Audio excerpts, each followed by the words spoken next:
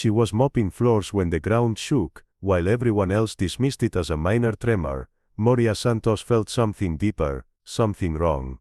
The way the pipes vibrated wasn't normal. The subtle change in the humming from below deck told a story that would terrify anyone who truly understood what lay beneath Fort Meridian Naval Air Station. But when she tried to warn Captain James Mitchell, he looked at her like she was speaking a foreign language. That dismissal almost cost 3,000 lives and turned 50 square miles of California coastline into a radioactive wasteland. What happened next proved that sometimes the most important voice in the room belongs to the person everyone ignores. Before we jump back in, tell us where you're tuning in from, and if this story touches you, make sure you're subscribed because tomorrow I've saved something extra special for you. The 5.8 magnitude earthquake hit Fort Meridian at 2:17 a.m. on a Tuesday, lasting just 43 seconds. To most of the sleeping base, it felt like nothing more than a heavy truck passing by. The duty officer logged it as minor seismic activity, no damage reported. Emergency protocols weren't activated. No inspections were ordered. Life continued as normal, because earthquakes were common along the California coast, and this one barely registered above background noise on most monitoring equipment.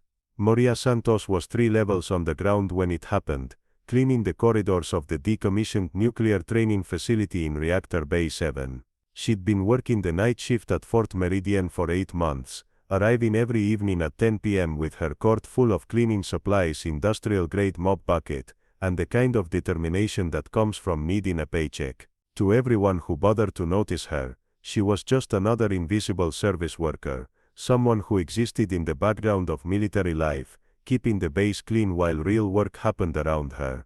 But Maria felt things others missed. When the tremor rolled through the underground facility, her hands were pressed against the maintenance corridor wall, and she felt the vibration travel through the concrete in a pattern that made her stomach tighten. The frequency was wrong. The duration was wrong. And most disturbing of all, the way the cooling pipes responded to the seismic wave told her something that would have sent chills down the spine of anyone with nuclear engineering training. The problem was, nobody at Fort Meridian knew that Maria Santos had nuclear engineering training. Her official employee file listed her as Maria Santos, age 34, former hotel housekeeper, hired through a civilian contractor to handle night custodial duties in non-classified areas of the base. Her background check showed a clean record, basic education, and a work history that was unremarkable in every way. What the file didn't mention was that Maria Santos wasn't her real name, and hotel housekeeping wasn't her real background. 8 years earlier, she had been Lieutenant Commander Elena Vasquez, chief nuclear engineer aboard the USS Columbia, one of the Navy's most advanced attack submarines. She had spent 12 years working with naval reactors, understanding their moods, their quirks, and most importantly, their failure modes.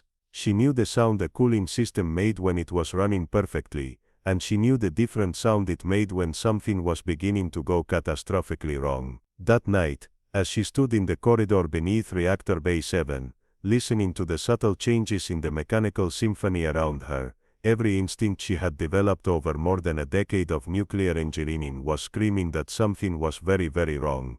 The reactor in Bay 7 had been officially decommissioned 5 years earlier, part of a broader effort to modernize training facilities and reduce the base's nuclear footprint. The fuel rods had been removed, the reactor core had been drained, and the entire system had been placed in what the Navy called cold shutdown status. But decommission didn't mean safe, and cold shutdown didn't mean harmless. The cooling system still needed to function to prevent residual radioactive materials from overheating. The containment structure still needed to maintain their integrity, and the monitoring system still needed to watch for any signs that the sleeping giant might be stirring. Maria pressed her ear against the wall and listened more carefully. The vibration she was hearing wasn't just the normal settling you'd expect after a minor earthquake. There was a rhythmic quality to it, a pulsing that suggested something was working harder than it should. More specifically, it sounded like backup cooling pumps had kicked in, which should never happen unless the primary cooling system had failed. She abandoned her mop and walked quickly down the corridor toward the restricted access door that led to the actual reactor bay. She wasn't supposed to go there. Her security clearance only covered general custodial areas, and Reactor Bay 7 was technically still a restricted zone despite being decommissioned. But she needed to get closer to the source of the sound. The magnetic lock on the door should have stopped her, but Maria had learned long ago that emergency maintenance codes were rarely updated when facilities change status. She input a sequence that should have been deleted from the system years ago, a master override that nuclear engineers use during emergency situations. The light blinked green, and the door opened with a soft hiss. Inside Reactor Bay 7, the reality was immediately obvious to anyone who understood what they were looking at. The earthquake had done more than rattle some pipes. It had caused a structural shift that compromised the primary cooling line, forcing the backup systems to engage. But the backup systems weren't designed to run indefinitely, and they certainly weren't designed to handle the increased load that came from a partial failure of the primary system. Worse, the seismic monitors that should have detected this problem had been downgraded when the reactor was decommissioned. The sophisticated equipment that would have immediately flagged the cooling system irregularities had been moved to active facilities, leaving behind only basic monitoring that was designed to catch major problems, not subtle but potentially catastrophic ones. Maria looked at the status board and felt her blood turn cold. The backup cooling systems weren't just running, they were running hot. The temperature readings were climbing slowly but steadily, and the flow rates were below optimal levels. If the trend continued, they were looking at a cascade failure that would lead to overheating of the residual radioactive material still stored in the facility. A nuclear meltdown in a decommissioned reactor was still a nuclear meltdown. She pulled out her phone and took pictures of the status readings, then quickly made her way back to the corridor. She needed to report this immediately,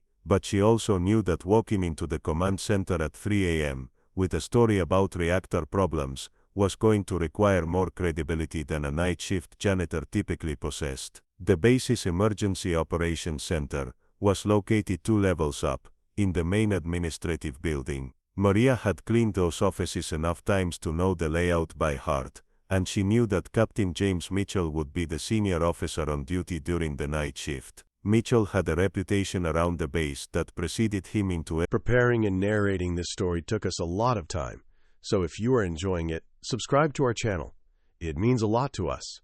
Now back to the story. Every room he entered. He was ambitious, politically savvy, and absolutely convinced that his rapid rise through the ranks was due to his superior judgment and leadership abilities. What Mitchell actually possessed was a talent for avoiding responsibility when things went wrong, and claiming credit when things went right. He had managed to secure his current position at Fort Meridian, largely because it was considered a safe assignment, a place where nothing particularly challenging was likely to happen. The base's primary function was training and support operations, far removed from combat zones or high-stakes missions where careers could be made or destroyed. Maria found Mitchell in the operations center, reviewing routine reports and looking like a man who was counting the hours until his shift ended. When she knocked on the door frame and asked to speak with him, his first reaction was visible irritation. "Ma'am, I don't know who told you this was appropriate, but the operations center is not the place for custodial issues," Mitchell said without looking up from his paperwork. "If there's a problem with your cleaning schedule or equipment, you need to contact your supervisor through normal channels." Maria took a breath and tried to keep her voice steady. "Sir, this isn't about cleaning. There's a problem with the reactor cooling system in Bay 7. The earthquake caused damage that's going to lead to a serious situation if it's not addressed immediately." Mitchell finally looked up, and his expression was a mixture of confusion and condescension. "I'm sorry, what did you just say?"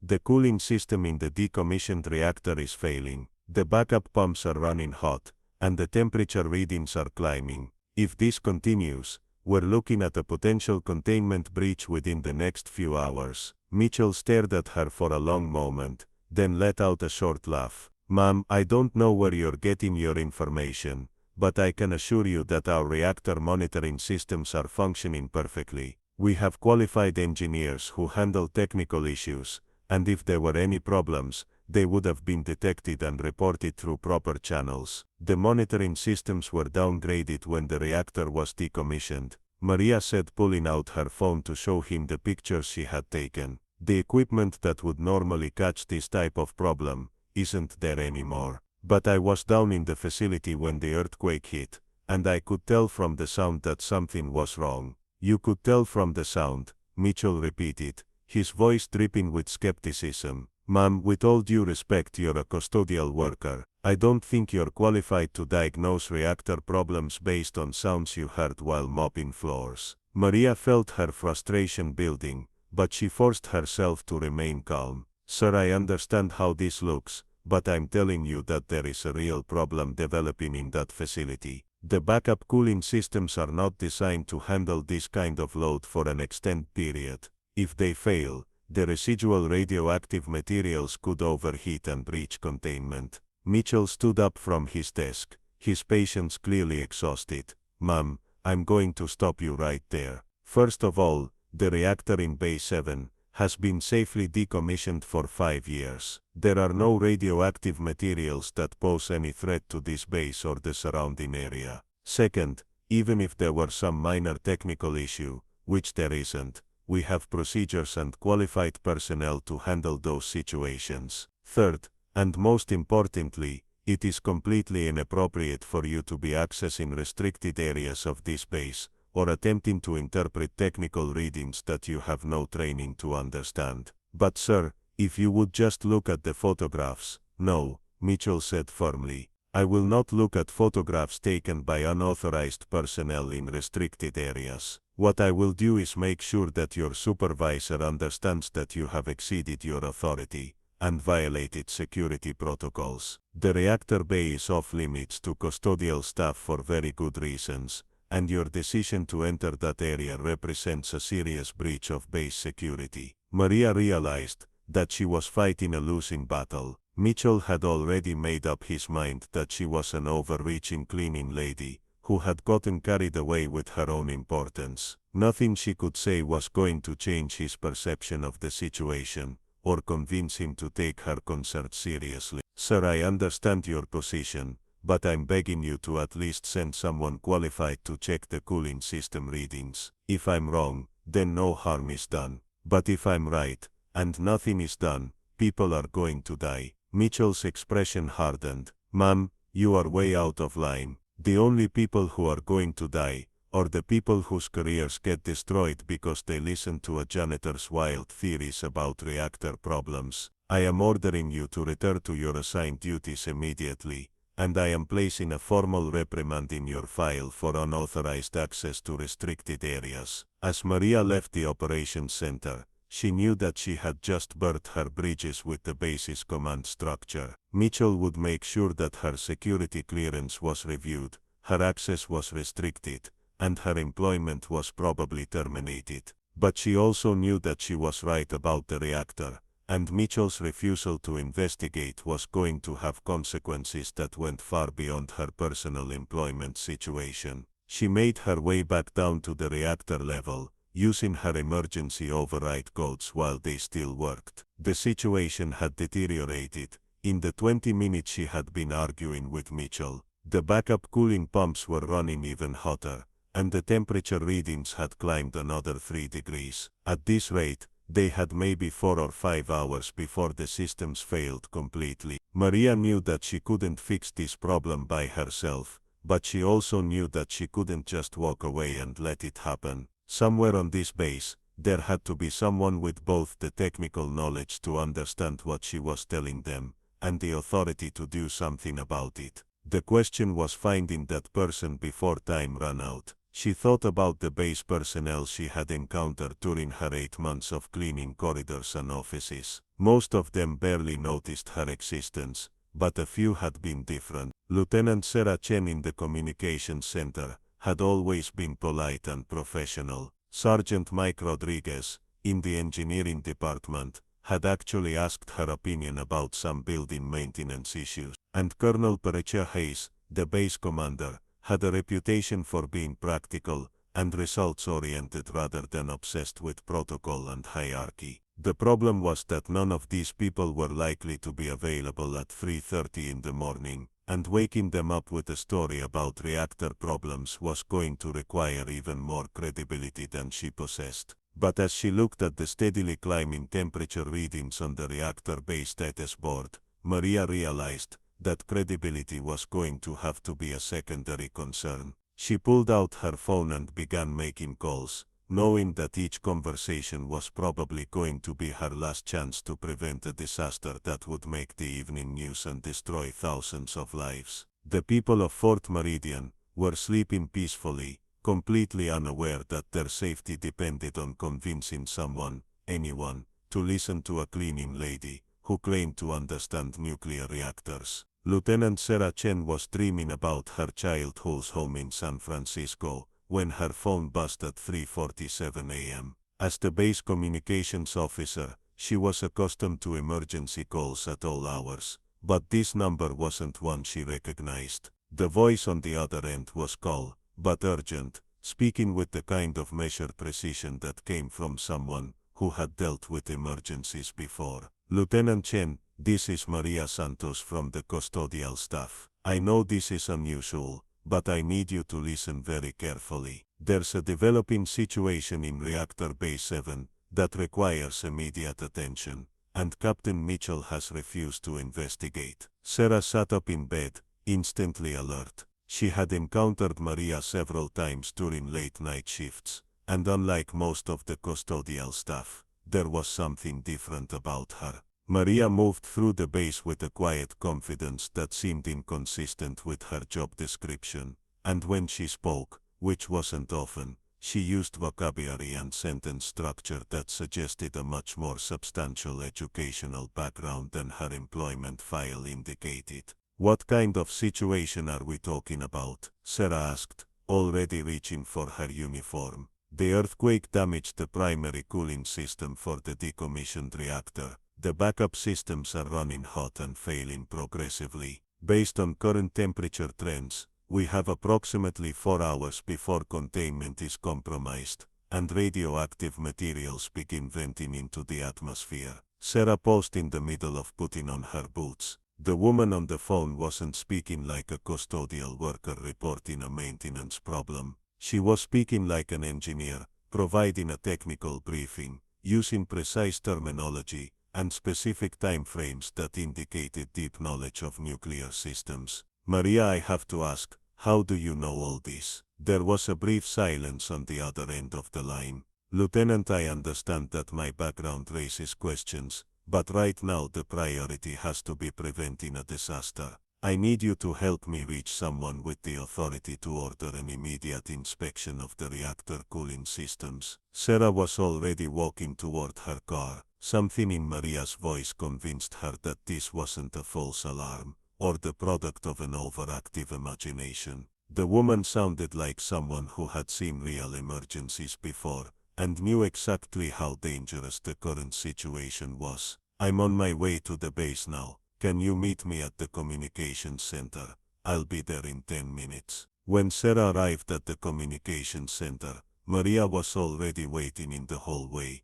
still wearing her custodial uniform, but carrying herself in a way that made the clothes seem like a costume rather than a natural fit. She had a folder full of printouts and photographs, and when she began explaining the technical details of the cooling system failure, Sarah realized she was listening to someone with extensive nuclear engineering expertise. The primary cooling loop has 3 separate circulation pumps, Maria explained, spreading out diagrams that she had somehow obtained. The earthquake caused a hairline fracture in the main circulation line, reducing flow rate by approximately 30%. The backup systems compensated automatically, but they're not designed to handle this increased load for more than a few hours. Sarah studied the photographs Maria had taken in the reactor bay. The status displays clearly showed temperature readings that were climbing steadily, and the backup pump indicators were flashing warning lights that any engineer would recognize as signs of impending failure.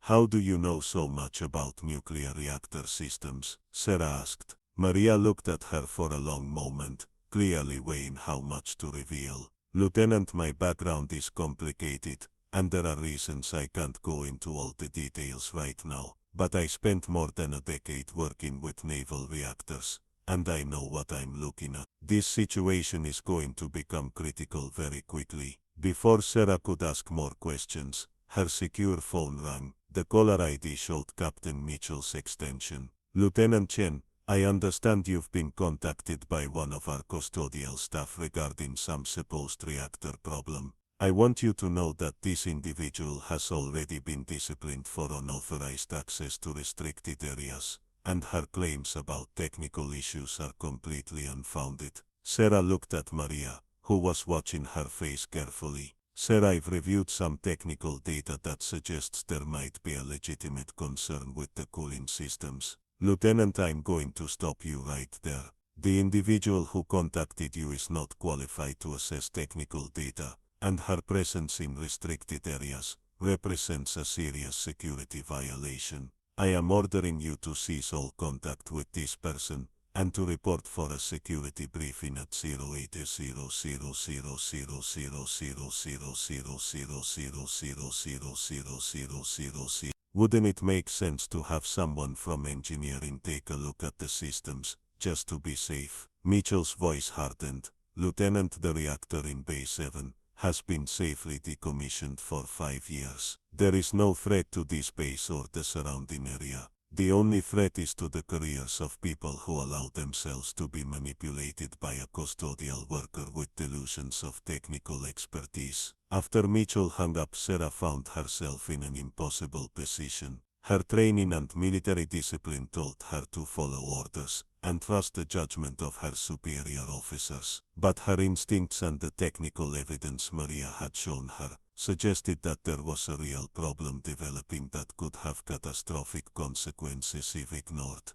He's not going to listen, Maria said quietly. His mind is made up that I'm just an overreaching janitor, and nothing is going to change that perception. Sarah made a decision that she knew could destroy her military career. Then we need to find someone else. Someone with the technical background to understand what you're telling them, and the authority to do something about it. Sergeant Rodriguez in the engineering department might listen, Maria suggested. I've worked around him enough to know that he cares more about getting things right than following chain of command protocols. They found Sergeant Mike Rodriguez in the base engineering workshop, working on a backup generator that had been acting up since the earthquake. Rodriguez was a 20-year veteran who had earned his stripes by being the kind of NCO who could fix anything that broke, and who had no patience for officers who tried to solve technical problems with paperwork and regulations.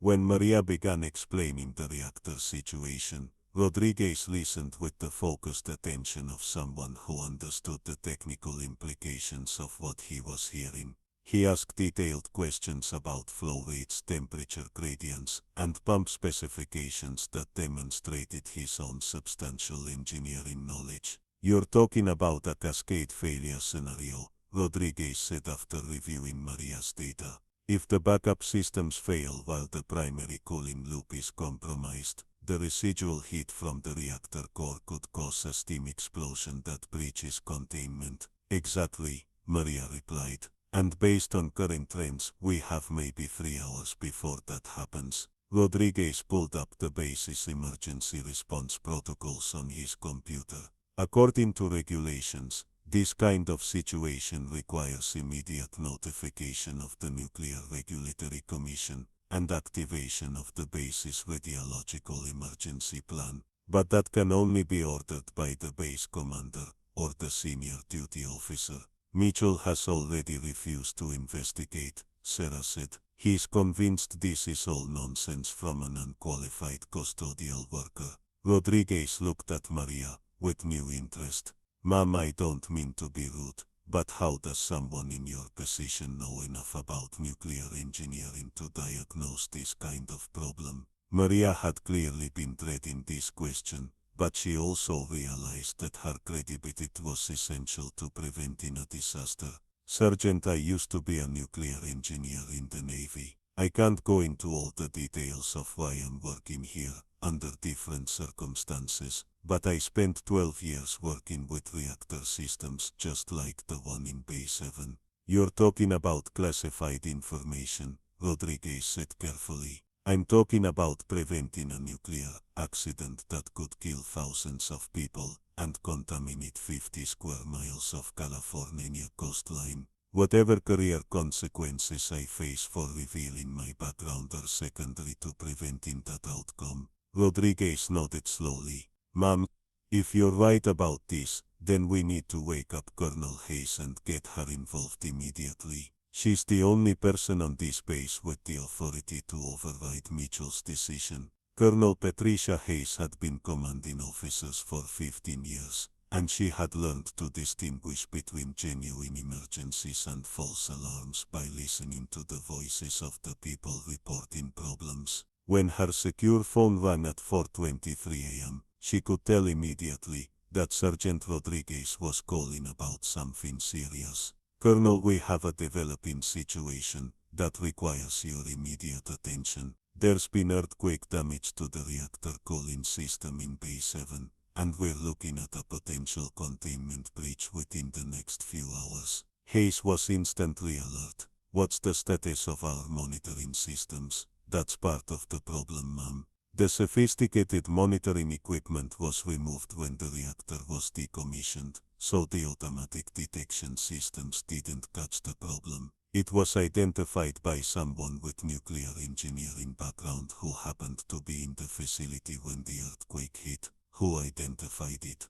Rodriguez hesitated. Ma'am, that's where this gets complicated. The person who discovered the problem is currently working in custodial services, but she has extensive nuclear engineering experience from her previous Navy career. Hayes was quiet for a moment, processing this information. Sergeant, are you telling me that one of our janitors is actually a former naval nuclear engineer? Yes, ma'am. And based on the technical data she's provided, we have a legitimate emergency developing that Captain Mitchell has refused to investigate. Where is Captain Mitchell now? He's in the operations center, ma'am, but he's convinced that this is all a false alarm from an unqualified person who accessed restricted areas without authorization. Hayes was already getting dressed. Sergeant, I want you, Lieutenant Chen, and this former engineer to meet me in the operations center in 15 minutes. And I want someone from our engineering staff to conduct an immediate inspection of the reactor cooling systems.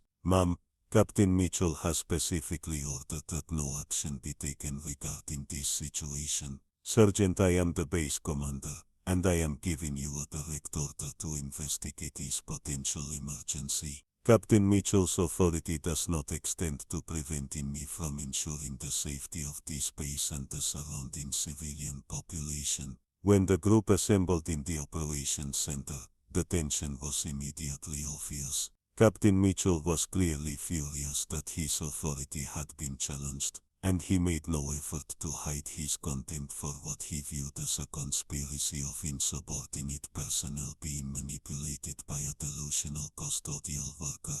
Colonel, I want to state for the record that this entire situation is based on the unfounded claims of a person who has violated security protocols and is not qualified to assess technical systems, Mitchell said before anyone else could speak. Hayes looked at Maria, taking in her appearance and demeanor. Unlike Mitchell, Hayes had enough experience to recognize competence regardless of what uniform someone was wearing. Ma'am, I understand you have concerns about our reactor facility. I'd like to hear your assessment directly. Maria opened her folder and began explaining the technical situation with the precision and clarity of someone who had briefed senior officers many times before. She walked Hayes through the earthquake damage, the cooling system failure, the inadequate monitoring equipment, and the timeline for potential containment breach. Her presentation was thorough, professional, and demonstrated a level of technical expertise that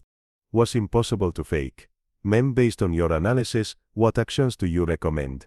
Hayes asked. We need to immediately shut down the backup cooling pumps to prevent them from failing catastrophically. then implement emergency cooling procedures using the secondary loop system. We also need to evacuate all personnel from the reactor area and begin preparations for a possible base-wide evacuation if the situation deteriorates further. Mitchell interrupted angrily. Colonel, with all due respect, we cannot allow base operations to be disrupted based on the recommendations of a custodial worker, regardless of what technical knowledge she claims to possess. He looked at Mitchell with the expression of someone who had just realized she was dealing with an officer whose judgment couldn't be trusted. Captain, this woman just provided a more comprehensive technical briefing than most of our engineering staff could deliver. Her recommendations are sound, and her assessment of the timeline appears to be accurate based on the data she's presented.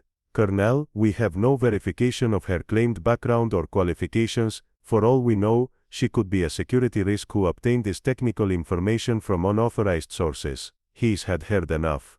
Captain, you are relieved of duty pending a full investigation of your handling of this emergency. Sergeant Rodriguez, I want you to take a team to the reactor facility immediately and implement the emergency cooling procedures that have been recommended. Lieutenant Chen, activate the base's radiological emergency plan and prepare for possible evacuation of surrounding areas. As the operations center erupted into activity, Maria felt a mixture of relief and apprehension. The immediate crisis was being addressed, but she knew that her decision to reveal her technical background was going to raise questions that she wasn't prepared to answer fully. Her real identity, her reasons for working at the base under an assumed name, and the circumstances that had led to her current situation were all complicated issues that involved classified information and ongoing security concerns. But as she watched the base's emergency response teams mobilize to address the reactor crisis, she also knew that she had made the right choice. The lives of thousands of people were more important than protecting her cover story,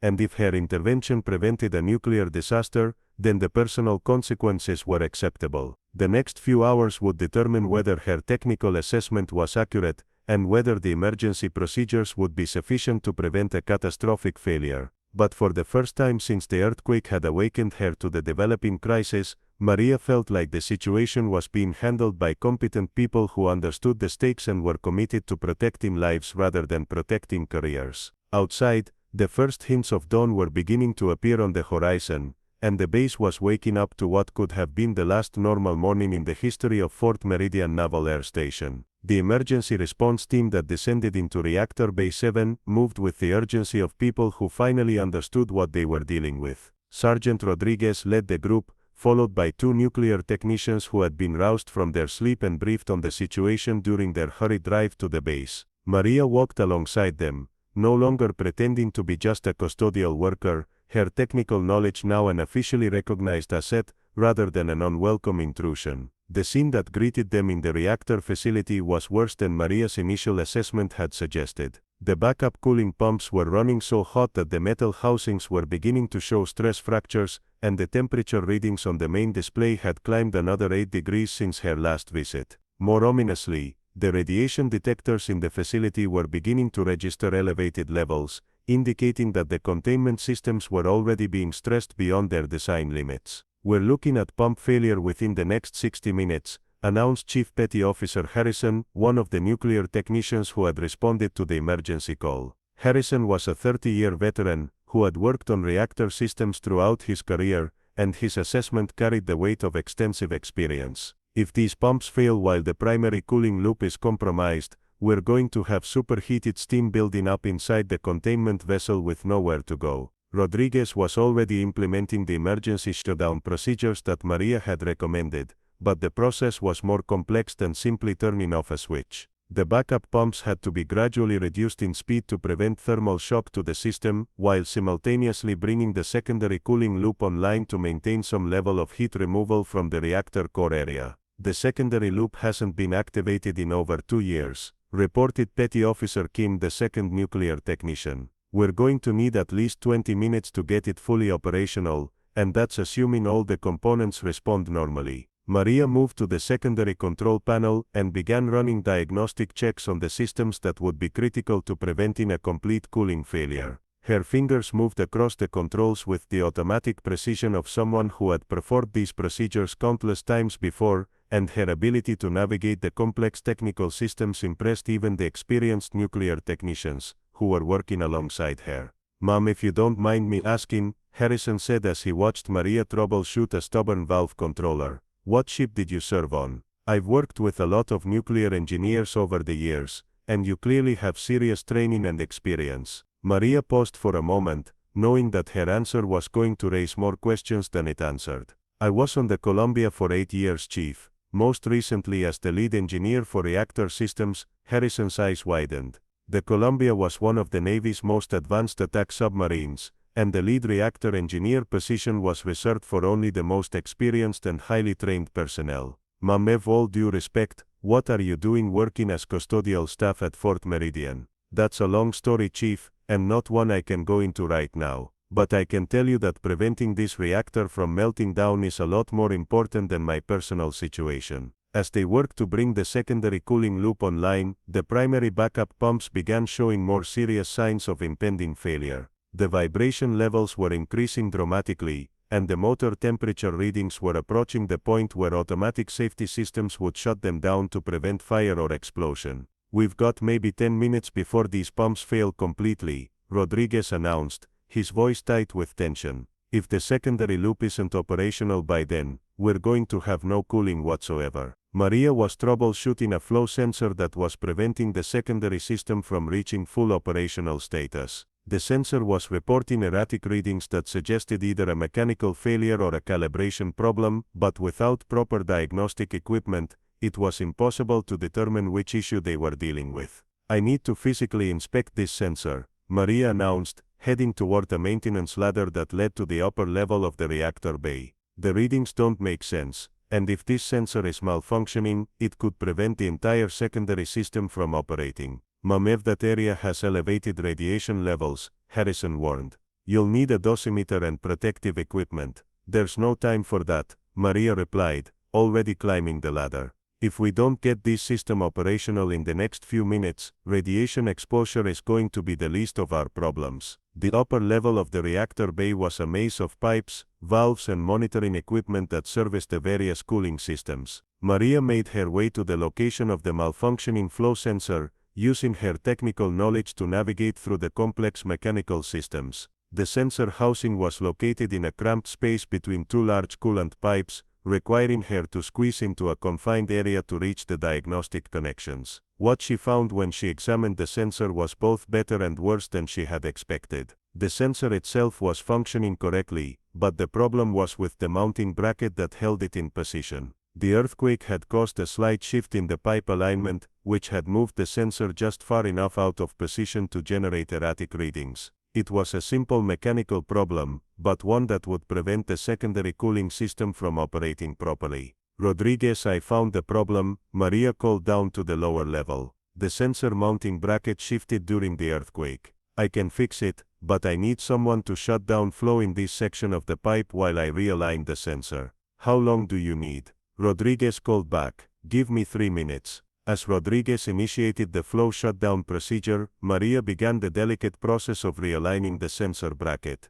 The work required her to reach into a space that was barely large enough for her arms, while manipulating precision tools in an area where a mistake could cause significant damage to the cooling system. While she worked, the backup pumps below continued their ominous death rattle, their vibration levels now so high that everyone in the facility could feel the floor shaking beneath their feet. The motor temperature readings were deep into the red zone, and automatic shutdown was imminent. 30 seconds, Harrison announced. "These pumps are going to shut down whether we want them to or not." Maria made the final adjustment to the sensor bracket and quickly reconnected the diagnostic cables. "Flow sensor is realigned. Bring the secondary system online now." Rodriguez initiated the startup sequence for the secondary cooling loop, and for a few terrifying moments, nothing happened. The system control panel remained dark, the flow indicators showed 0, and the temperature readings continued their relentless climb toward the point of no return. Then, with a series of mechanical clicks and the sound of flowing water, the secondary cooling system came to life. Flow readings began climbing toward normal levels, and the temperature indicators finally began to show the first signs of stabilization. At almost the same moment, the backup pumps finally succumbed to the excessive heat and vibration, automatically shutting down with a series of alarms and warning lights. But instead of disaster there was relief. because the secondary cooling system was now operational, and maintaining the heat removal that was essential to preventing a meltdown. Temperature is stabilizing, announced Petty Officer Kim, monitoring the reactor status displays. We're not out of the woods yet, but the immediate crisis appears to be under control. Maria climbed down from the upper level, her uniform soaked with sweat and coolant mist, but with the satisfaction of someone who had just prevented a catastrophic nuclear accident. The radiation levels in the facility were still elevated, but they were no longer climbing, and the containment systems were holding. "Outstanding work, Mom," Harrison said, extending his hand to Maria. "You just saved this base, and probably half the California coast." But even as the immediate crisis was being resolved, Maria knew that the larger implications of the situation were just beginning to unfold.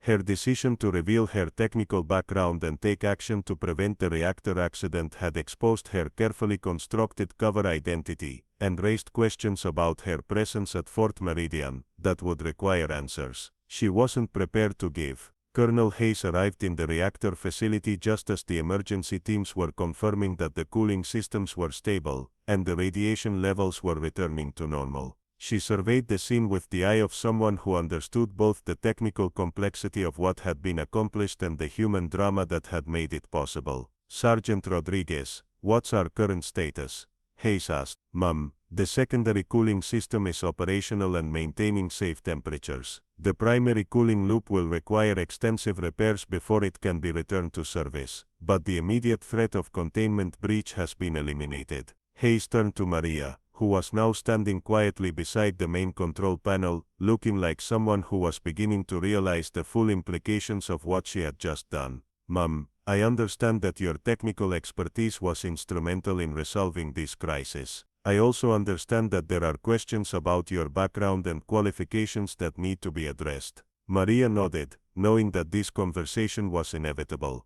"Colonel, I understand that my situation raises security concerns. I'm prepared to provide whatever information is necessary to address those concerns. What I'm most interested in right now is making sure that everyone understands what actually happened here tonight," Hayes said. "We had a legitimate nuclear emergency that was initially dismissed by a senior officer who refused to investigate. That emergency was identified and ultimately resolved by someone whose technical qualifications were questioned because of her current job assignment. If we're going to learn anything from this situation, it's that competence and expertise don't always come in the packages we expect." As the emergency teams continued their work to fully stabilize the reactor systems, word of the crisis began to spread throughout the base. The initial response was confusion and disbelief. Most of the base personnel had slept through the entire emergency, completely unaware that they had come within hours of a nuclear disaster that could have forced the evacuation of thousands of people and contaminated vast areas of the California coastline.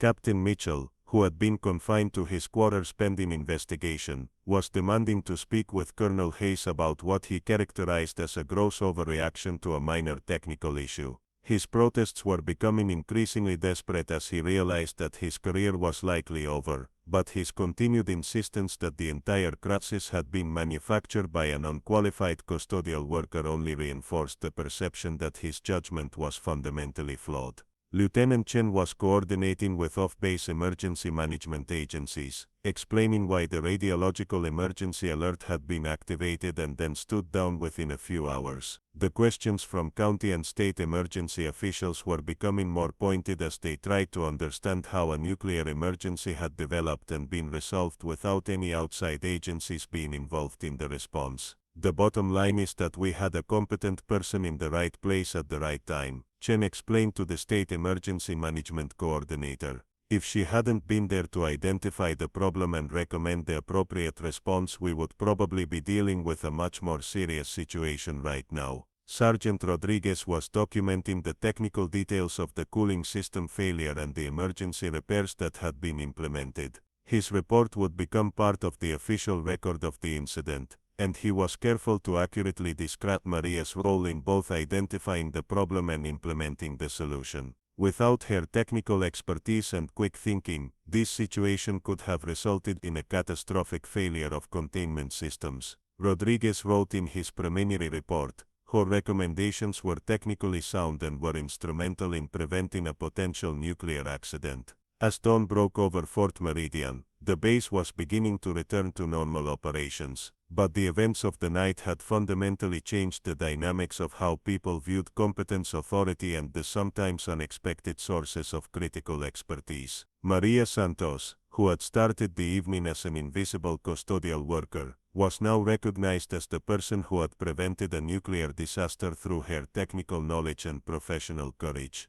But recognition came with complications. Her real identity, her reasons for working at the base under an assumed name, and the circumstances that had led to her current situation, were all issues that would require careful handling by security officials who were just beginning to understand the full scope of the situation. Dr. Jennifer Walsh, the base medical officer, was conducting mandatory radiation exposure assessments for everyone who had been in the reactor facility during the emergency. Maria's exposure levels were higher than the others, because of the time she had spent in the most contaminated areas of the facility, but they were still well within acceptable limits for emergency response personnel. You were exposed to more radiation than anyone else involved in this incident, Dr. Walsh told Maria as she reviewed the dosimeter readings. It's nothing that will cause immediate health problems, but it's definitely something that needs to be documented in your medical record. I understand, doctor. Given the alternative outcome if we hadn't acted quickly, I'm comfortable with the exposure levels. Dr. Walsh looked at Maria with curiosity. If you don't mind me asking, how did you know so much about radiation exposure limits and emergency response procedures? That's pretty specialized knowledge for someone in your position. Maria realized that she was going to be answering variations of this question for quite some time. Doctor, I have more technical background than my current job would suggest. The details are complicated, but I do have extensive experience with nuclear systems and emergency procedures. As the morning progressed, Maria found herself in the unusual position of being both celebrated as a hero and investigated as a security risk. Her actions had unquestionably saved lives and prevented a major disaster, but her presence at the base under what appeared to be false pretenses raised legitimate questions about who she really was and why she was working in a job that was far below her apparent qualifications. The investigation into her background would eventually reveal the complex circumstances that had led Elena Vesquez, former lieutenant commander and nuclear engineer, to become Maria Santos, custodial worker.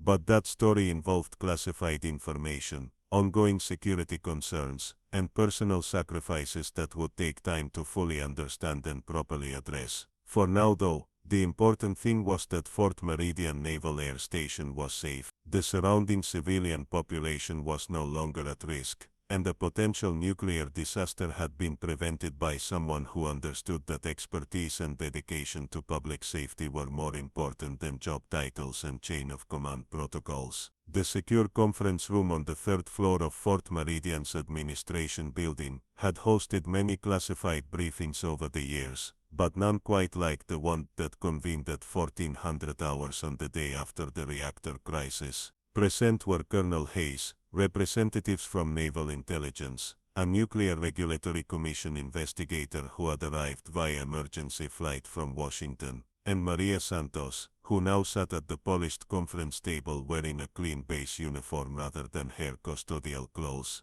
The transformation was remarkable. Without the baggy work clothes and with her hair properly styled, Maria looked like exactly what she was, a highly trained naval officer, with years of experience in complex technical operations. The woman who had been invisible to most base personnel for 8 months was now clearly recognizable as someone who belonged in rooms where critical decisions were made. Miss Santos, or should I say Lieutenant Commander Vesquez, began Commander Rebecca Torres from Naval Intelligence. We need to understand exactly why a decorated naval nuclear engineer has been working as custodial staff at this facility, under an assumed identity. Maria had known this moment would come, and she had spent the sleepless hours since the reactor crisis preparing for questions that would require her to reveal information she had hoped to keep buried forever. Commander, my situation is the result of circumstances that began 8 years ago when I was serving as chief nuclear engineer aboard the USS Columbia.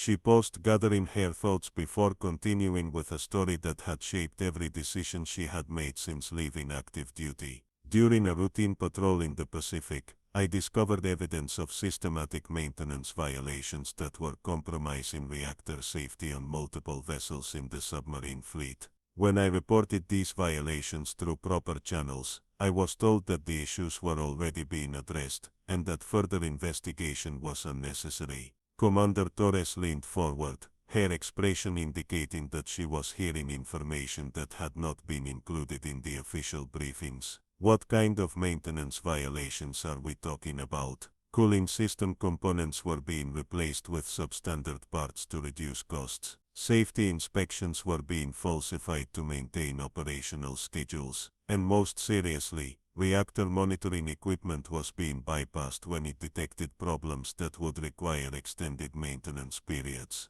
The NRC investigator Dr. Michael Chen had been taking detailed notes throughout Maria's explanation. Lieutenant Commander, those are exactly the kinds of violations that could lead to the type of cooling system failure we almost experienced here yesterday. Are you saying that these problems were known to naval authorities 8 years ago? They were non-documented and deliberately ignored, because addressing them would have required admitting that cost-cutting measures had compromised nuclear safety across multiple vessels. When I persisted in pushing for proper investigation and corrective action, I was given a choice: accept a medical discharge and agree to remain silent about the safety violations, or face court-martial for insubordination and breach of classified information protocols. Colonel Hayes had been listening to this revelation with growing concern. So you took the medical discharge to avoid prosecution, but you've been monitoring nuclear facilities ever since to watch for evidence that the same problems were continuing.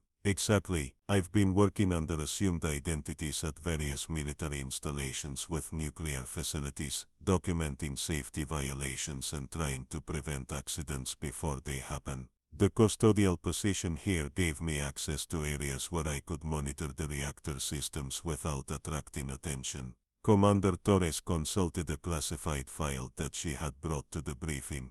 According to our records, you've been employed at 6 different military facilities over the past 8 years, always in low-level positions that provided access to nuclear or technical areas. And in each case you've identified and reported safety violations that were subsequently corrected. That's correct. I've prevented 3 potential accidents at other facilities by identifying problems that the official monitoring systems missed. Yesterday's incident at Fort Meridian was the most serious situation I've encountered, but it follows the same pattern of deferred maintenance and inadequate oversight that I've been documenting for years. Dr. Chen was reviewing technical reports that had been prepared overnight by the base engineering staff. Lieutenant Commander, your assessment of the reactor cooling system failure was completely accurate. Our technical analysis confirms that without your intervention, we would have experienced a containment breach that could have resulted in significant radiation release.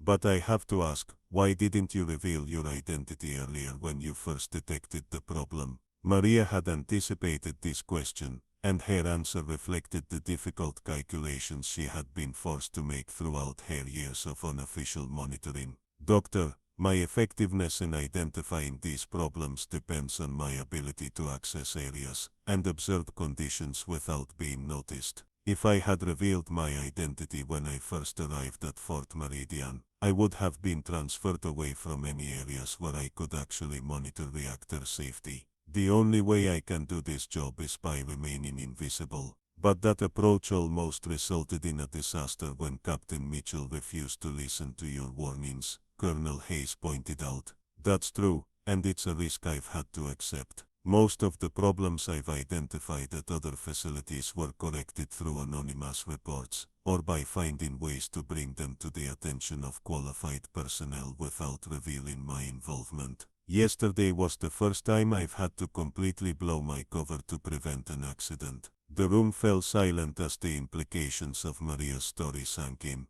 Here was a highly qualified naval officer who had sacrificed her career and her identity to continue protecting people from nuclear accidents that resulted from the same systemic problems she had tried to address through official channels years earlier. Commander Torres closed her file and looked directly at Maria. Lieutenant Commander, what you've been doing for the past 8 years constitutes an unauthorized intelligence operation that has involved the use of false identities and access to classified facilities. Under normal circumstances, that would result in serious criminal charges. I understand that, Commander. I've always known that my activities were legally questionable, but I also knew that people were going to die if these safety problems weren't addressed, and the official system had already demonstrated that it wasn't willing to take the necessary action. Dr. Chen had been reviewing the technical documentation that Maria had provided about safety violations at other facilities. The pattern of problems you've documented suggests that the maintenance issues you originally reported on the Columbia were never properly addressed.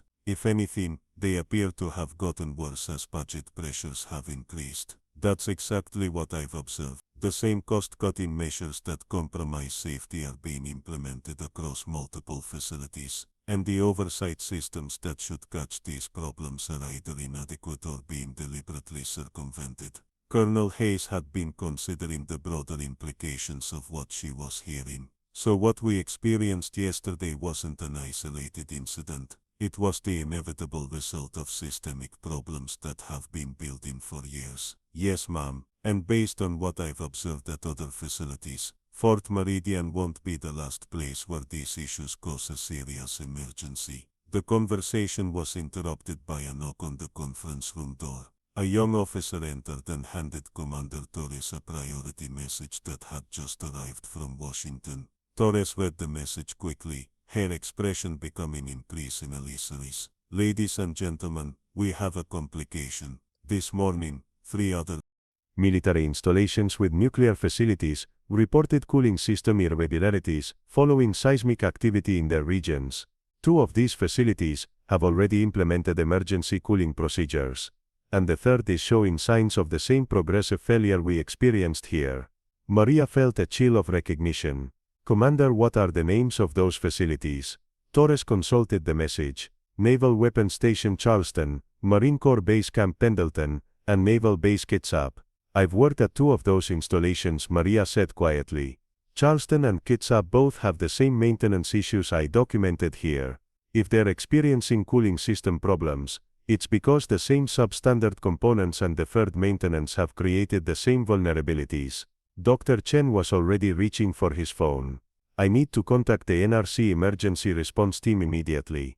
If we're looking at multiple facilities with similar problems, this could be a much larger situation than we initially realized. As Dr. Chen made his urgent phone calls and Commander Torres coordinated with Naval Intelligence Headquarters, Colonel Hayes found herself facing a decision that would have seemed impossible just 24 hours earlier. She was looking at a woman who had technically committed serious crimes by working under false identities and accessing classified facilities without authorization. But that same woman had just prevented a nuclear disaster, and was apparently the only person in the military who fully understood the scope of the safety problems that were threatening multiple installations. Lieutenant Commander Hayes said, I'm going to ask you a question that may determine how we proceed from here. If you were given official authorization and appropriate resources, could you help us identify and address these safety problems before they cause more emergencies? Maria considered the question carefully. Colonel, I could provide technical expertise and help develop inspection protocols that would identify these problems before they become critical. But the real issue isn't technical, it's institutional. Someone has to be willing to acknowledge that cost-cutting measures have compromised nuclear safety, and someone has to be willing to spend the money necessary to fix the problems. What if I told you that yesterday's incident has gotten the attention of people in Washington, who are very interested in making sure it doesn't happen again? Before Maria could answer, Commander Torres finished her phone call and turned back to the group. The Pentagon has just authorized a comprehensive review of nuclear safety protocols at all military installations. Lieutenant Commander Vasquez, you're being offered a choice. You can face prosecution for your unauthorized activities, or you can accept reinstatement to active duty with a promotion to commander and assignment as the lead investigator for the nuclear safety review. Maria stared at Torres, hardly believing what she was hearing. After 8 years of working in the shadows and sacrificing her career to address problems that no one wanted to acknowledge, she was suddenly being offered the opportunity to tackle those same problems with official authority and unlimited resources. There are conditions, Torres continued. You'll be working directly for the Secretary of the Navy, with authority to inspect any military nuclear facility, and access to all relevant maintenance and safety records. You'll also be required to testify before Congress about the systemic problems you've documented, and the changes that need to be implemented to prevent future accidents. What about criminal charges for my unauthorized activities? Those charges will be dropped in exchange for your cooperation with the safety review and your agreement to work within official channels from now on.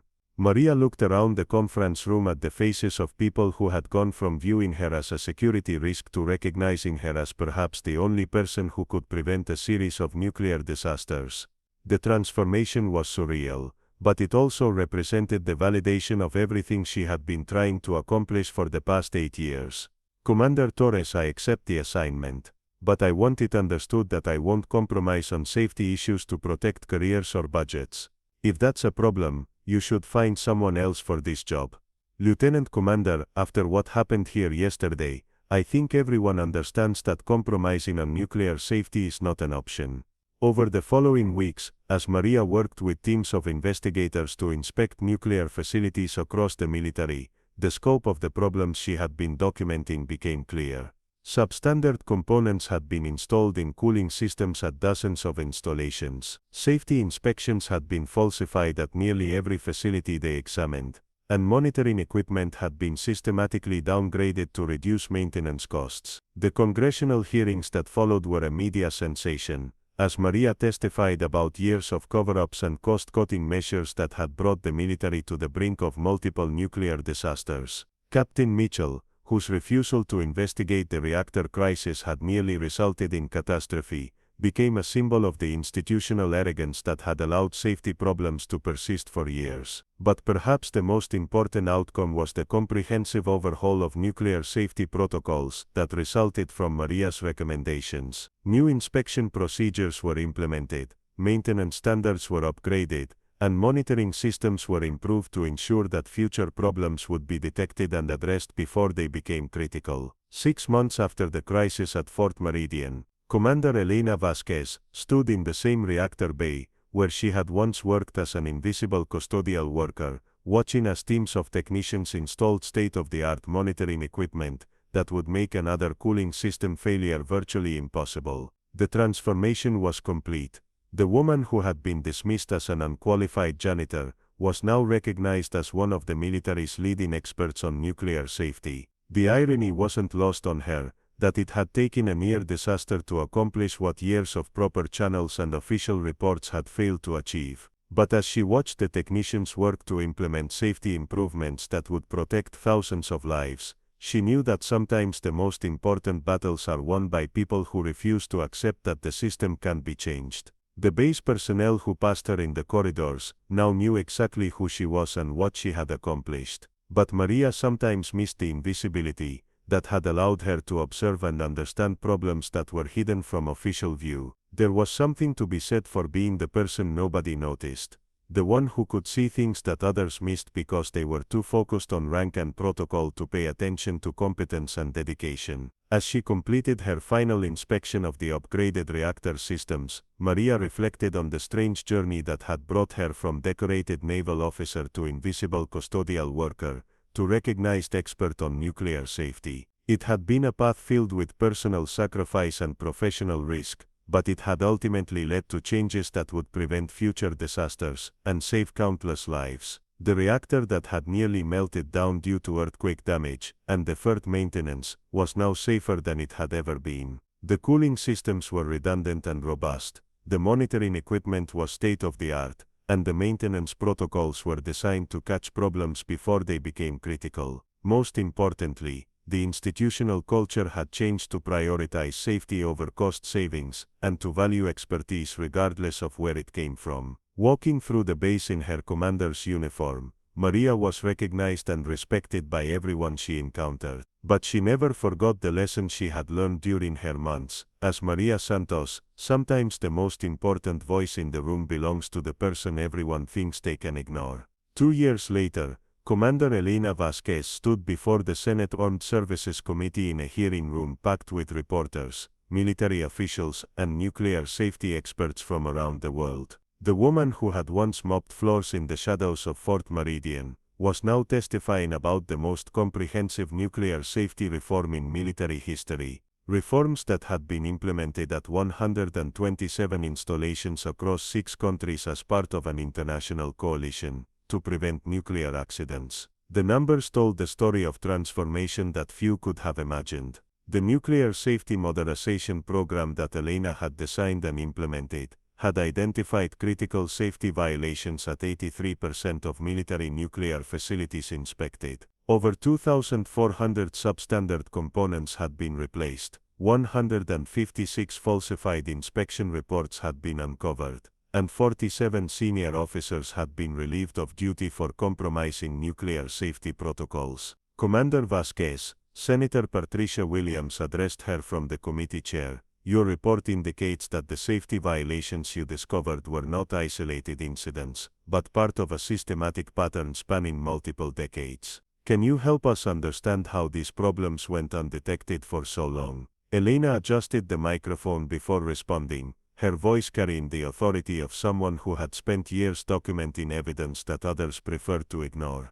Senator, the problems weren't undetected. They were detected, reported, and then systematically suppressed because addressing them would have required acknowledging institutional failures and making substantial financial investments in safety infrastructure. She opened a thick folder containing documentation that had been gathered during 2 years of intensive investigations. Our review found that between 1995 and 2023, nuclear safety violations were reported at military facilities, an average of 127 times per year. In 91% of these cases, the reports were either dismissed as non-critical, buried in administrative processes, or handled through informal corrections that didn't address underlying systemic issues. Senator Robert Hayes, the ranking minority member, leaned forward with obvious skepticism.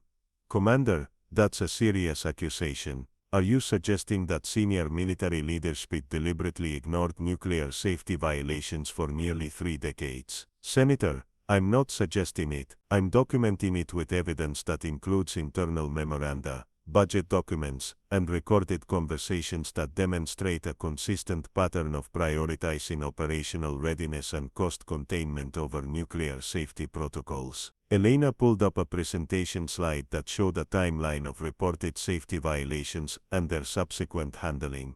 For example, in 2018, cooling system failures were reported at Naval Base Norfolk, Marine Corps Base Camp Lejeune, and Naval Air Station Whidbey Island. In each case, the initial reports recommended immediate corrective action and facility shutdown until repairs could be completed. Instead, temporary workarounds were implemented to maintain operational status, and the underlying problems were deferred indefinitely. The hearing room erupted in murmurs as the implications of this revelation sank in. Senator Williams called for order before addressing Elena again.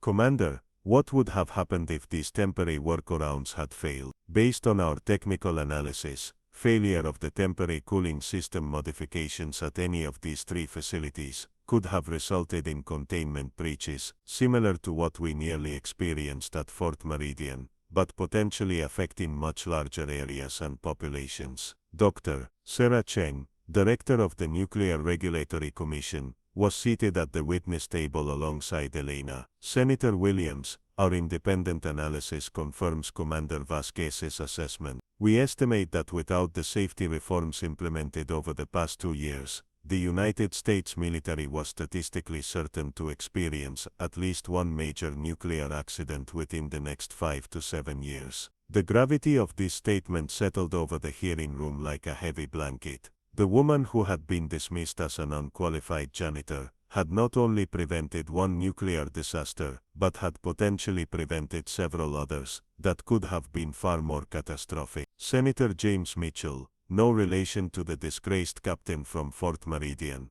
asked the question that had been underlying the entire hearing. Commander Vasquez, given the scope of these problems and the resistance you encountered when trying to address them through official channels, do you believe the reforms you've implemented are sufficient to prevent future accidents? Elena considered the question carefully, knowing that her answer would influence nuclear safety policy for years to come. Senator, the technical reforms we've implemented create multiple layers of protection that make accidents extremely unlikely. We've installed redundant safety systems, upgraded monitoring equipment, and established inspection protocols that can identify problems before they become critical. But the most important changes have been institutional. She turned to address the full committee. We've established direct reporting channels that bypass local command structures when safety violations are identified. We've created independent oversight boards with authority to shut down facilities immediately if safety protocols are compromised. And we've implemented career protection measures for personnel who report safety violations, so they can't be retaliated against for doing their jobs. Senator Williams nodded approvingly. Those sound like comprehensive reforms, but I have to ask, why did it take a near disaster at Fort Meridian to implement changes that should have been in place years ago? Elena's expression grew serious as she prepared to address the question that cut to the heart of institutional accountability. Senator, the honest answer is that nuclear safety was never treated as a top priority, because the people making budget and policy decisions believed that accidents were unlikely, and that the political and financial costs of comprehensive safety reforms outweighed the potential risks. She paused to let this statement sink in before continuing. That calculation changed overnight, when Fort Meridian nearly experienced a meltdown that could have contaminated 50 square miles of California and forced the evacuation of hundreds of thousands of people. Suddenly, the political and financial costs of not implementing safety reforms far exceeded the costs of making the necessary improvements. Admiral David Cross, Chief of Naval Operations, had been sitting quietly throughout most of the hearing, but now he leaned toward his microphone to address the committee. Senators, I want to state for the record that the Navy fully supports Commander Vasquez's safety reforms and is committed to implementing her recommendations at all our nuclear facilities. The institutional failures she has documented occurred under previous leadership, and we are determined to ensure they never happen again. Elena appreciated the Admiral's support, but she also knew that institutional memory was short, and that budget pressures could easily lead to the same problems recurring in the future. Admiral Cross, I appreciate your commitment to these reforms, but I would note that similar commitments were made by previous leadership when safety violations were reported in the past. The only way to ensure lasting change is through external oversight and accountability measures that can't be quietly reversed when attention shifts to other priorities. Dr. Chen nodded in agreement. That's why the NRC has worked with Commander Vasquez to establish permanent monitoring systems at all military nuclear facilities. These systems provide real-time data to both military commanders and civilian oversight agencies, so safety problems can't be hidden or ignored. Senator Hayes raised a concern that had been discussed extensively in committee preparation sessions. Commander, the reforms you've implemented represent a substantial ongoing cost to military budgets. Some critics have argued that these expenses reduce funding available for other defense priorities. How do you respond to that criticism? Elena had anticipated this question and had prepared a comprehensive response based on detailed cost-benefit analysis. Senator, our economic analysis shows that the total cost of implementing comprehensive nuclear safety reforms across all military facilities is approximately $2.8 billion over 5 years. That represents less than 0.4% of the total defense budget during that period. She pulled up another slide, showing comparative cost projections. By contrast, our analysis of potential accident scenarios shows that a single major nuclear incident could result in cleanup costs exceeding $40 billion, not including economic losses, relocation costs, and long-term health impacts that could total hundreds of billions of dollars. The numbers were staggering, and they provided stark context for understanding why nuclear safety had to be treated as an absolute priority, rather than an optional expense. Senator Williams summarized the implications. So you're saying that spending less than 0.5% of the defense budget on safety reforms could prevent accidents that might cost more than the entire annual defense budget? That's exactly what I'm saying, Senator. And that analysis doesn't even include the human costs of radiation exposure, environmental contamination, and the loss of public trust in military nuclear programs that would result from a major accident. As the hearing continued through the afternoon, Elena found herself reflecting on the extraordinary journey that had brought her from a disgraced whistleblower, working under an assumed name, to a position where she could implement the safety reforms she had been advocating for over a decade. The path had been neither straight nor predictable, but it had ultimately led to changes that would protect millions of people from the consequences of nuclear accidents. During a brief recess,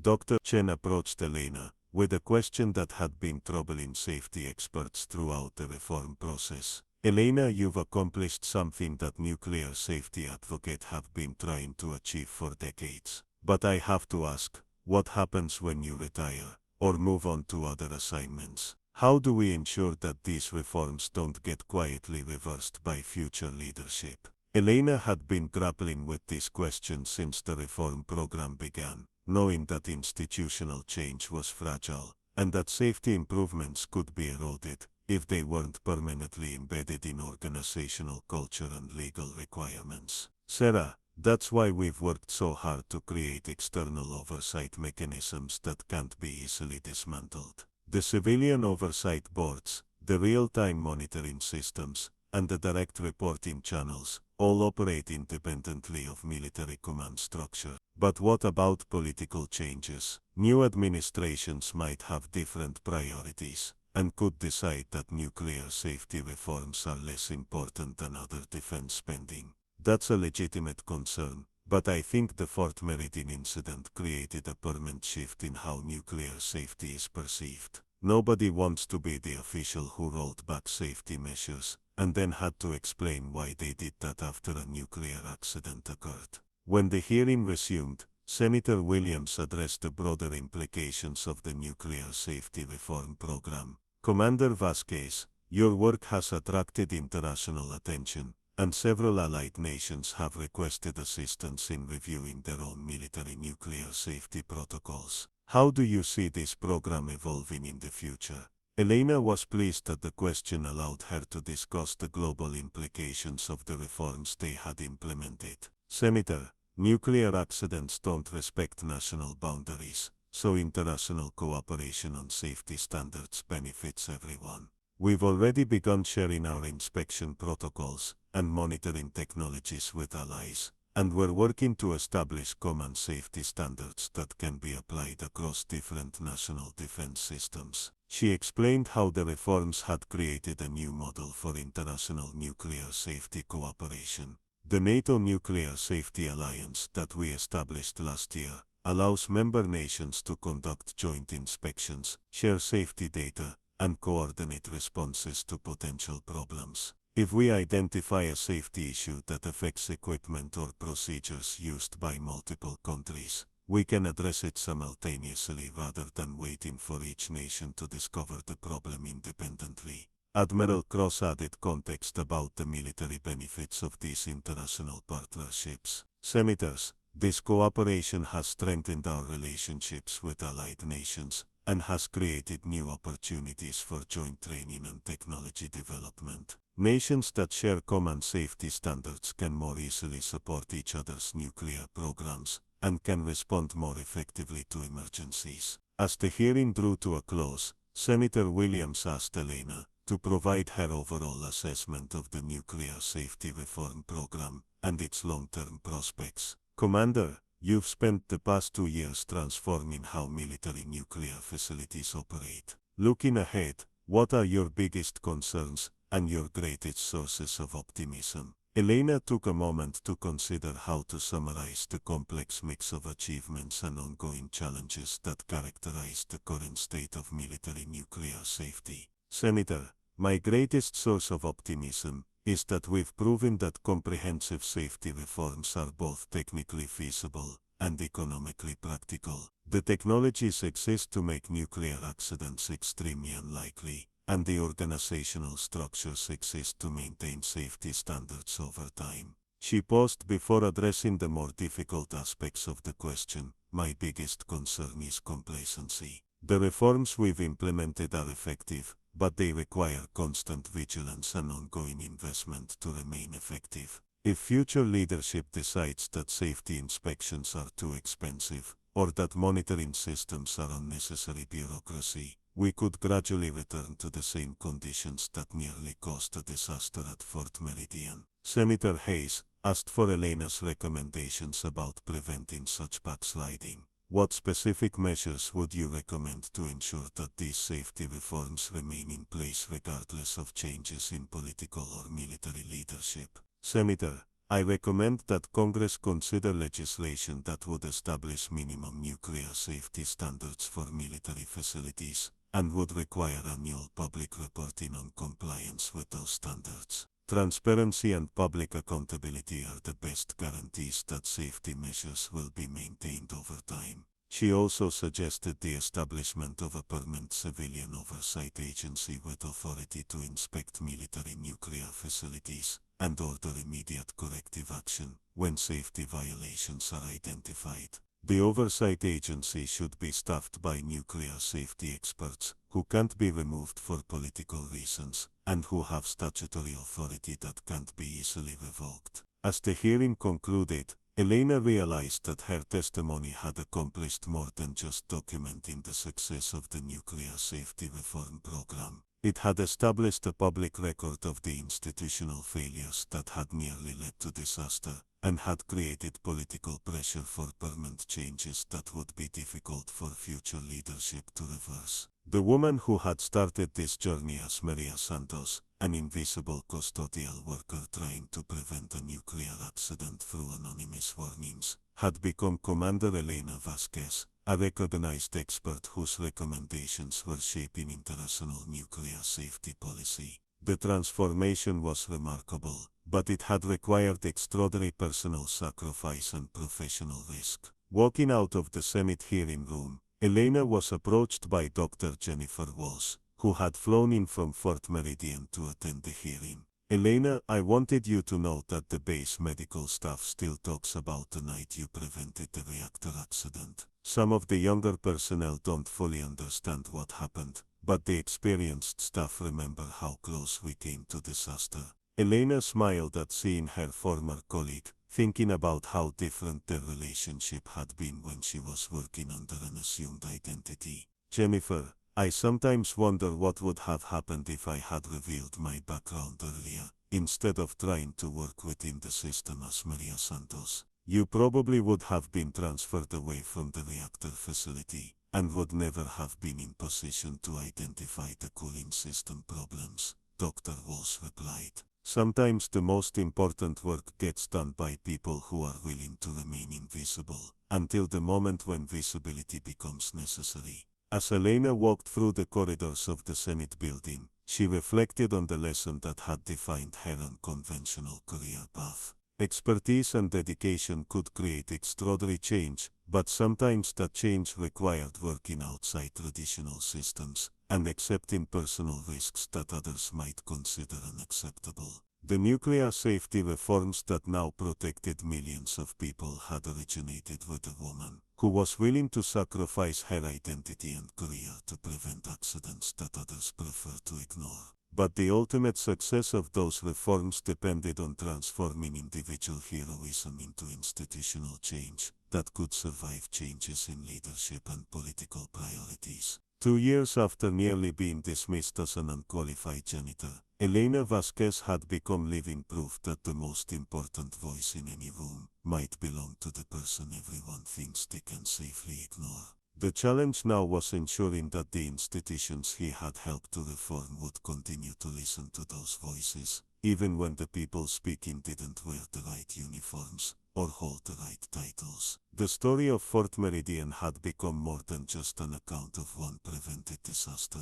It had become a case study in how expertise, courage and persistence could overcome institutional arrogance and create lasting change that protected countless lives. And perhaps most importantly, it had demonstrated that sometimes the most crucial battles for public safety are won by people who are willing to fight them without recognition, without authority, and without any guarantee of success. 5 years after the Fort Meridian incident, Elena Vasquez found herself walking through the gleaming corridors of the International Nuclear Safety Institute in Geneva, Switzerland. The facility had been established as a direct result of the reforms he had pioneered, bringing together nuclear safety experts from 47 nations to coordinate global efforts at preventing nuclear accidents. The woman who had once pushed a mop bucket through darkened military corridors, was now the Institute's Director of Military Nuclear Safety, overseeing a program that monitored over 400 military nuclear facilities worldwide. The transformation of her life continued to astonish her, but it was the transformation of global nuclear safety protocols that truly mattered. The Institute's annual report, which Elena was preparing to present to the United Nations Security Council, documented achievements that would have seemed impossible during her lonely years working under assumed identities at various military installations. 0 major nuclear incidents had occurred at military facilities worldwide since the implementation of the standardized safety protocols that had grown out of the Fort Meridian investigation. Over 12,000 safety violations had been identified and corrected through the International Inspection Program.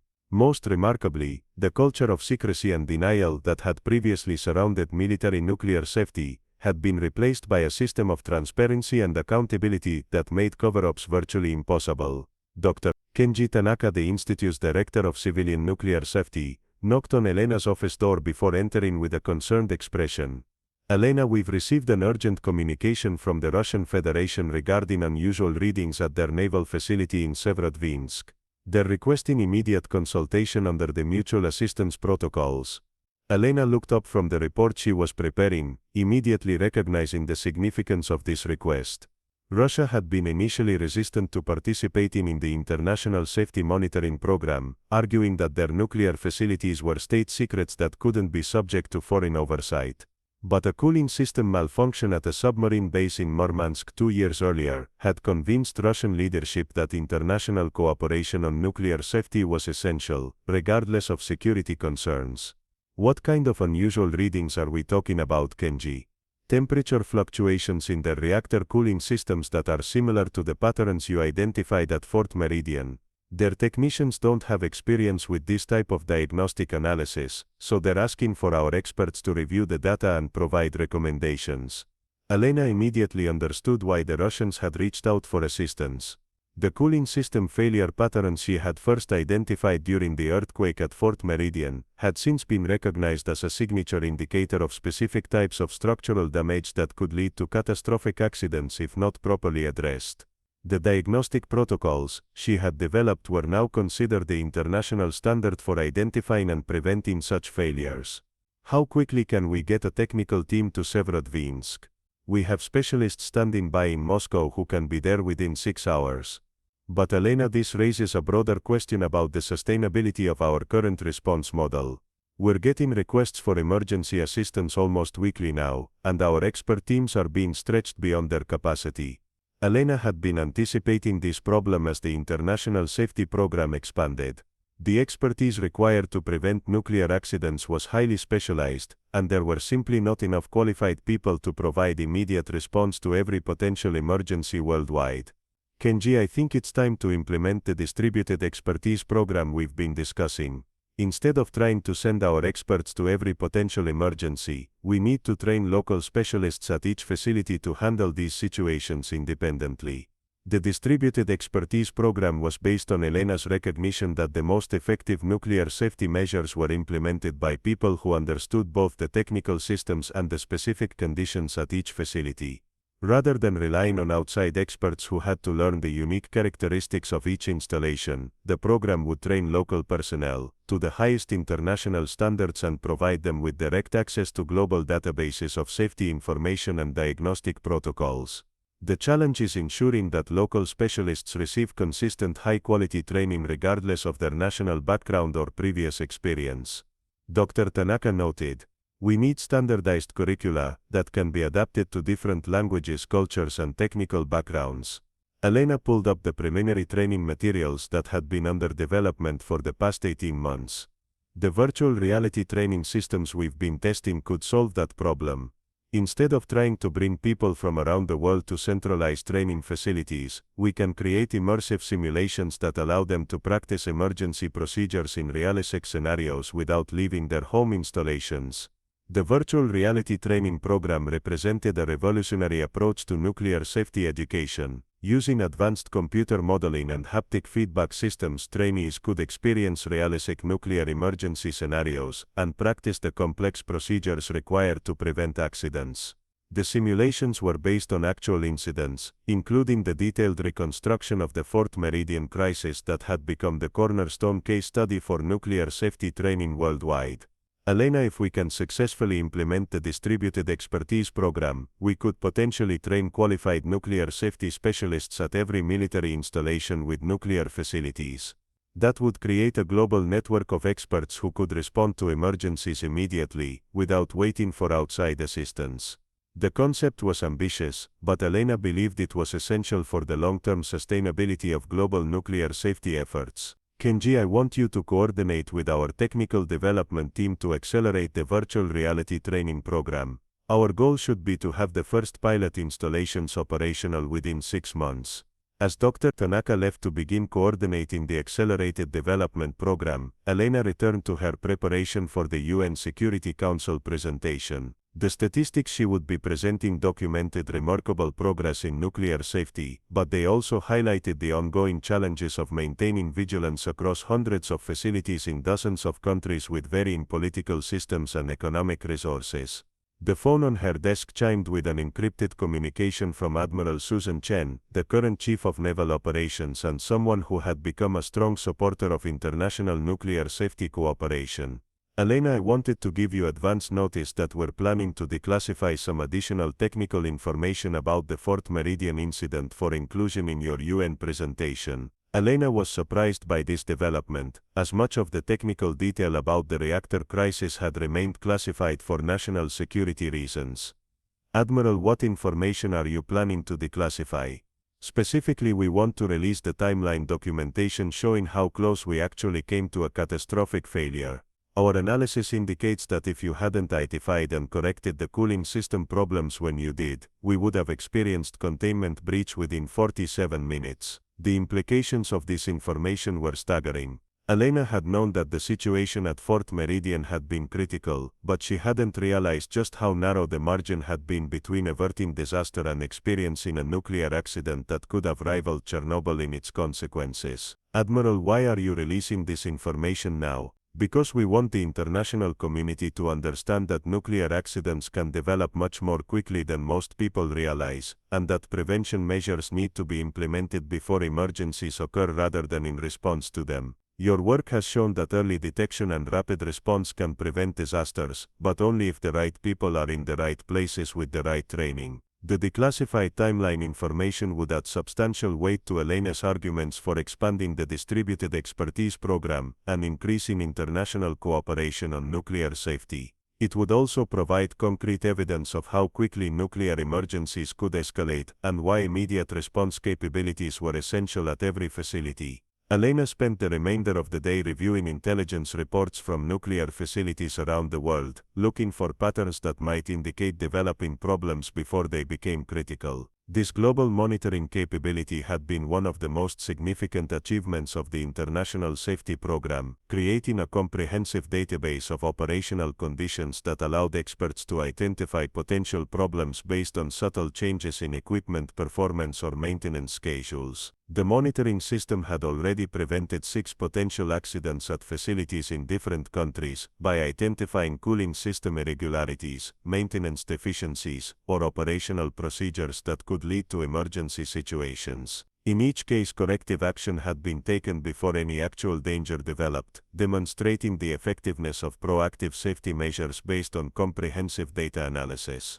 Dr. Sarah Kim, the Institute's Director of Data Analysis, entered Elena's office with a tablet displaying real-time monitoring data from nuclear facilities worldwide. Elena, I wanted to show you something interesting we've discovered in our pattern analysis. We're seeing correlations between seismic activity and cooling system performance that suggest we might be able to predict which facilities are most likely to experience problems after earthquakes. Elena studied the data visualization on the tablet, which showed earthquake activity overlaid with reports of cooling system irregularities at nuclear facilities in seismic zones. Sarah, this could be incredibly valuable for emergency preparedness. If we can predict which facilities are most vulnerable to earthquake damage, we can pre-position expert teams and emergency equipment to respond immediately when seismic events occur. Exactly. We're also seeing patterns related to facility age, equipment type and maintenance history that suggest we can identify installations that are most likely to experience failures even without external triggers like earthquakes. This predictive capability represented the evolution of nuclear safety from reactive emergency response to proactive risk prevention. Instead of waiting for problems to develop and then responding to them, the international monitoring system could identify facilities that were most likely to experience difficulties and take preventive action before emergencies occurred. Sarah, I want you to coordinate with our technical teams to develop automated alert systems based on these predictive models. If we can identify high-risk facilities in advance, we can ensure that they receive additional attention and resources before problems develop. The conversation was interrupted by an urgent communication from the Institute's Emergency Coordination Center. A magnitude 6.2 earthquake had struck off the coast of Japan, affecting several military installations with nuclear facilities. Based on the predictive models that Dr. Kim had been developing, 3 of these facilities were classified as high risk for cooling system problems, and expert response teams were already being dispatched to provide immediate assistance. Elena watched the coordinated international response unfold from the Institute's Emergency Operations Center, observing how the lessons learned from the Fort Meridian incident had been transformed into systematic procedures that could be applied anywhere in the world. Japanese nuclear technicians were implementing emergency protocols that had been developed based on Elena's experience, while international expert teams provided real-time consultation via satellite communication links. Within 4 hours of the earthquake, all 3 high-risk facilities had been inspected and cleared, with minor cooling system adjustment implemented at 2 installations to prevent potential problems. The response had been so swift and effective that most people in the affected areas never knew how close they had come to potential nuclear emergencies. This is exactly what we hoped to achieve when we started the International Safety Program, Elena commented to Dr. Kim as they watched the successful conclusion of the emergency response. Local expertise supported by global knowledge and resources, with the ability to respond immediately to potential problems before they become actual crises. The next morning, Elena departed for New York to present the Institute's annual report to the UN Security Council. The presentation would document not only the technical achievements of the International Nuclear Safety Program, but also the fundamental changes in how nuclear facilities were operated and monitored worldwide. Standing before the Security Council, Elena reflected on the extraordinary journey that had brought her from a lonely whistleblower working under an assumed identity to a position where she could influence global nuclear safety policy. The personal transformation had been dramatic, but the institutional transformation had been even more significant. Honorable delegates, Elena began her presentation. 5 years ago, a minor earthquake at a military installation in California nearly resulted in a nuclear accident that could have contaminated hundreds of square miles and affected millions of people. That near disaster became the catalyst for the most comprehensive transformation of nuclear safety protocols in history. She presented the statistical evidence of the program's success: 0 major accidents, thousands of safety violations corrected, hundreds of expert technicians trained, and dozens of potential emergencies prevented through early detection and rapid response. But the most important achievement was the cultural transformation that had replaced secrecy and denial with transparency and accountability. The lesson we learned from Fort Meridian was that nuclear safety cannot be maintained through traditional hierarchical systems that discourage reporting of problems or dismiss warnings from unexpected sources. Effective nuclear safety requires creating systems where expertise is recognized and valued regardless of who possesses it, where problems are addressed immediately rather than deferred for political or economic reasons, and where international cooperation takes precedence over national secrecy. Elena's presentation included the declassified timeline information showing how close Fort Meridian had come to catastrophic failure, emphasizing that nuclear emergencies could develop much more rapidly than most people realized. The margin between safety and disaster in nuclear systems is often measured in minutes rather than hours or days. This reality requires maintaining the highest levels of expertise and preparedness at all times, not just during recognized emergencies. The Security Council's response to the presentation was overwhelmingly positive, with several delegates specifically commending Elena's leadership in transforming global nuclear safety practices. The Russian representative, whose country had initially been skeptical of international oversight, noted that the mutual assistance protocols had already prevented 2 potential accidents at Russian facilities. Commander Vasquez has demonstrated that nuclear safety is truly a global concern that requires global cooperation, the Russian delegate commented. The expertise and systems developed through this program have made all of our nations safer, regardless of our political differences on other issues. Following the UN presentation, Elena was approached by Dr. James Patterson, director of the International Atomic Energy Agency, with a proposal that would expand the scope of her work even further.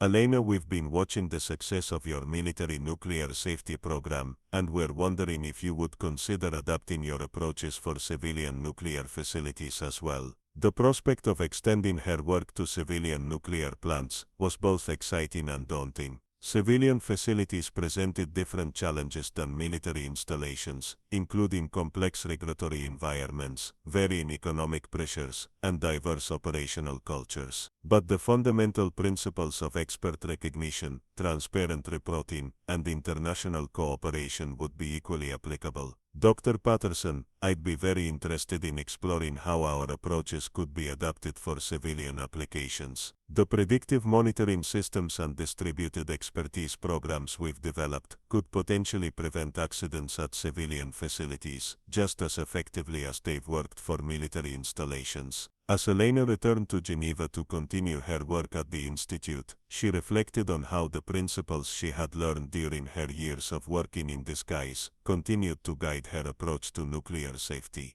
The most important insights often came from people who were closest to the actual systems and operations, regardless of their formal authority or recognized expertise. The key to preventing accidents was creating systems that valued competence over credentials, and that encouraged rapid response to potential problems, rather than bureaucratic delay. The woman who had once been dismissed as an unqualified janitor had not only prevented one nuclear disaster, but had created systems that were preventing numerous others on a continuing basis. The transformation from Maria Santos to Commander Elena Vasquez represented more than personal vindication. It demonstrated the potential for institutional change when expertise was recognized and empowered, regardless of its source. Walking through the corridors of the International Nuclear Safety Institute, Elena sometimes missed the clarity of purpose she had felt during her undercover years, when preventing nuclear accidents was a solitary mission that depended entirely on her individual efforts. Now nuclear safety was a global enterprise involving hundreds of experts and sophisticated technological systems, which was undoubtedly more effective, but sometimes felt less personal.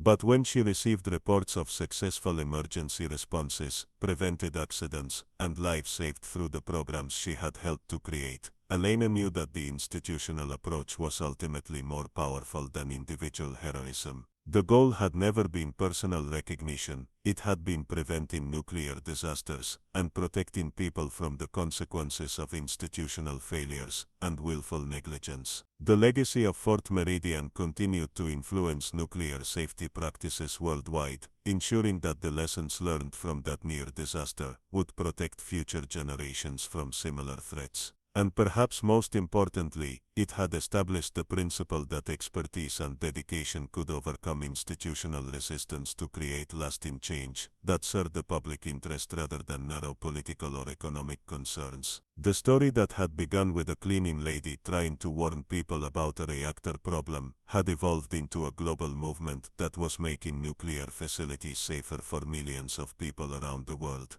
It was proof that sometimes the most important changes begin with someone who is willing to speak the truth, regardless of whether anyone is initially prepared to listen. Up next, you've got two more standout stories right on your screen. If this one hit the mark, you won't want to pass these up. Just click and check them out.